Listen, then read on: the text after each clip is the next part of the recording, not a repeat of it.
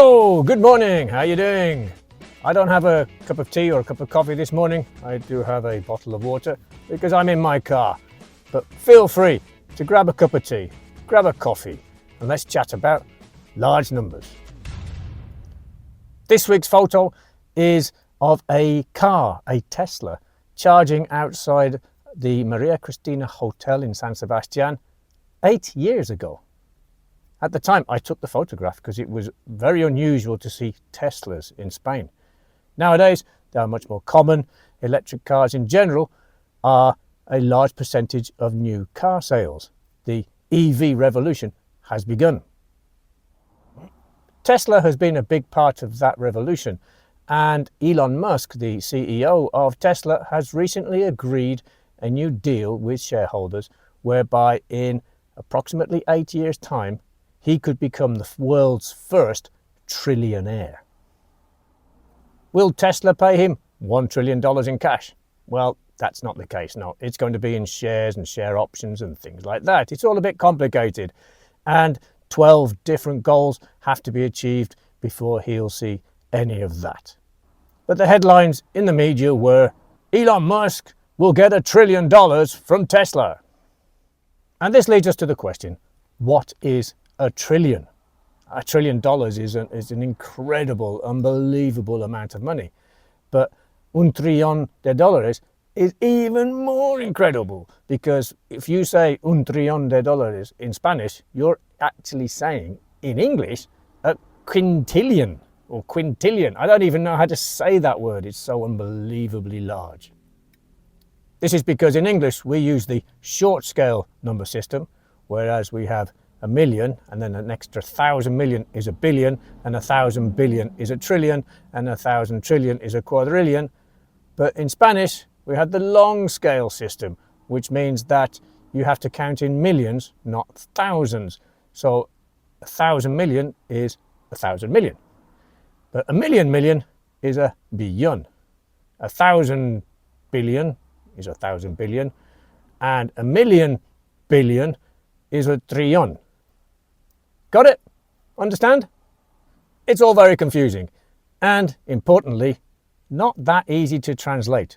So when we're reading headlines in the newspapers, we need to be very, very careful about how we translate large numbers. Let's find out more.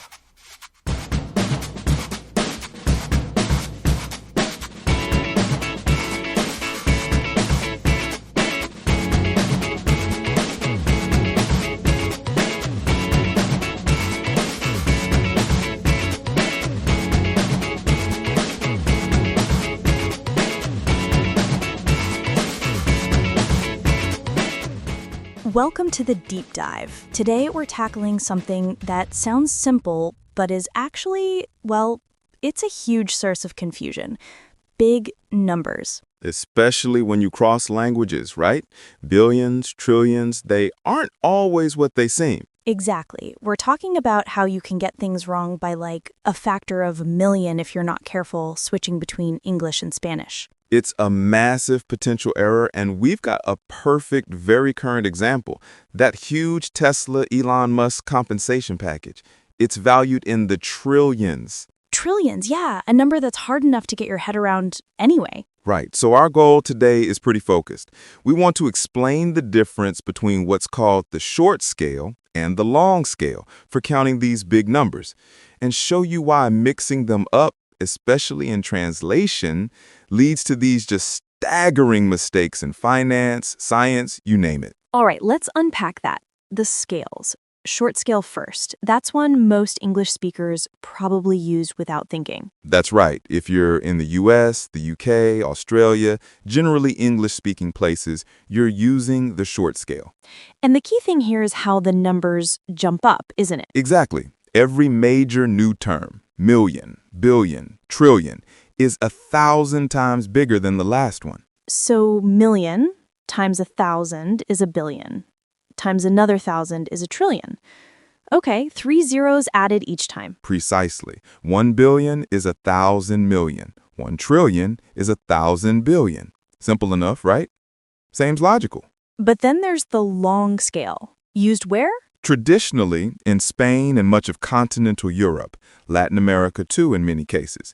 And here, the jump isn't by 1,000, it's by a factor of 1,000,000. A million. Wow. Okay, so Spanish million, then the next big name step is 1,000,000 times bigger. Correct. That step is called un billón in Spanish, and that number corresponds to 1,000,000 million. Wait, 1,000,000 million? That's 12 zeros, which in English, on the short scale, we call a trillion? Bingo. That's the absolute crux of the confusion. So English, 1 billion, that's a 9-0 number. 1,000 million, what is that in Spanish then? That's 1,000,000,000, literally 1,000 millions. It doesn't get its own unique name like billion does in English. Okay, I think I'm seeing the trap now. If an English headline says trillion-dollar deal, 12 zeros, and someone translates that lazily into Spanish as un trillón de dólares, Disaster. Because the Spanish trillón, following the long scale logic, isn't 12 zeros. It's 18 zeros, 1,000,000 times bigger than the English trillion. 1,000,000 times? That's just an unbelievable error margin. It completely changes the scale of whatever you're talking about. Imagine reporting a company's value as 1,000,000 times larger than it is. So back to the Tesla example, the potential Musk payout is quoted as $1 trillion US dollars, short scale. Correct. 12 zeros. So the accurate translation into Spanish using the long scale has to be Un billón de dólares, using the Spanish word un billón for the 12-zero figure. It feels like something people should know, but I guess it slips by easily. Why is the short scale so dominant now? Well, largely through the influence of, English language, global finance, and media over the past century or so. It's caused mix-ups, and even in places where the long scale is traditional, people sometimes just default to the English meaning now. Okay, so we understand the number danger. Let's talk about what that $1 trillion Tesla figure actually means. It's not just cash. Right. Not at all. It's entirely dependent on hitting some truly astronomical performance targets. Like what? Well, first, Tesla's market cap needs to grow from where it is now, which is already huge, to about $8.5 trillion. 8.5 trillion? That's enormous growth, more than 8 times its current size. Exactly. And then there are operational goals tied to it, things that sound almost like science fiction right now. Such as? Delivering 20 million cars per year, deploying 1 million robo-taxis, and manufacturing 1 million Optimus humanoid robots. 1 million robots. Okay, so this isn't guaranteed money. It's tied to achieving all that. Absolutely. It's an incentive package. If they hit all those marks, Musk could become the world's first trillionaire based on that award, but only if the performance happens. Right, so let's boil this down for everyone listening. The single most important thing to remember is check the system. Always check the system. When you see billion or trillion, especially across languages. English trillion, short scale, 12 zeros, equals Spanish billón, long scale, 12 zeros. Got it. And maybe think about this. What other crucial terms, maybe in science or economics, are we all using where there might be similar hidden linguistic traps? That's a great point. Things like energy units or maybe even distances in space? Could be. It just shows how easily fundamental misunderstandings can spread globally if we assume language, especially with numbers, is always a direct one-to-one translation. Something to keep an eye on.